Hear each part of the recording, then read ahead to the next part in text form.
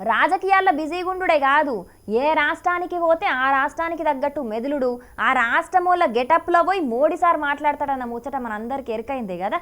ఇవాళ ప్రపంచ వన్యప్రాణుల దినోత్సవం కాబట్టి దాని సుతం మోడీ సారు సెలబ్రేట్ చేసుకున్నాడు. మరి అలా ప్రధాని మోడీ సార్ ఏం చేసిండు, ఏం కథ చూద్దాం.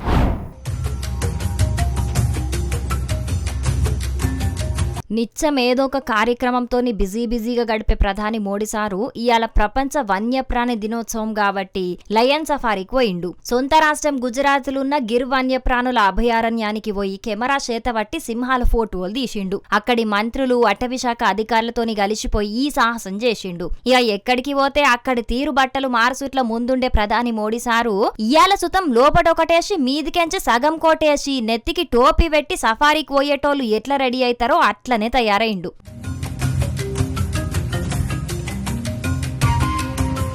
ఇగి లయన్ సఫారీ ఫోటోలను సోషల్ మీడియాలో పెట్టేటాళ్లకు ముచ్చట తెలిసింది. ప్రపంచ వన్యప్రాణుల దినోత్సవం యాళ్ల పొద్దటిల్లి గిర్ అడవిలకు సఫారీకి పోయిన ఆసియా సింహాలుండే గిర్ అడవి పర్యటన నేను గుజరాత్ సీఎం గున్నప్పుడు చేసిన ఎన్నో పనులను మళ్ళా యాద్ చేసిందని కామెంట్ కూడా రాసుకొచ్చిండు మోడీ సారు. అపురూపమైన జీవ వైవిధ్యాన్ని కాపాడేటందుకు దునియాలున్న జనాలంతా పనిచేయాలి. రాబోయే తరాలకు మంచి భవిష్యత్తునియనీకి ప్రకృతిని కాపాడాల్సిన బాధ్యత మనందరి మీద ఉన్నది. వన్యప్రాణుల సంరక్షణ భారత్ చేస్తున్న కృషికి గర్విస్తున్నానని ఆ ట్వీట్ల రాసుకొచ్చిండు. మరిగా మన రచ్చబండ ముచ్చట్ల తరపున కూడా ప్రపంచ వన్యప్రాణి దినోత్సవం శుభాకాంక్షలు చెప్పుకుంటా వన్యప్రాణులకు ఏ ఆపద రాకుండా చూడాలనని అవిటిని కాపాడాలని జనాలందరినీ కోరుతున్నాం.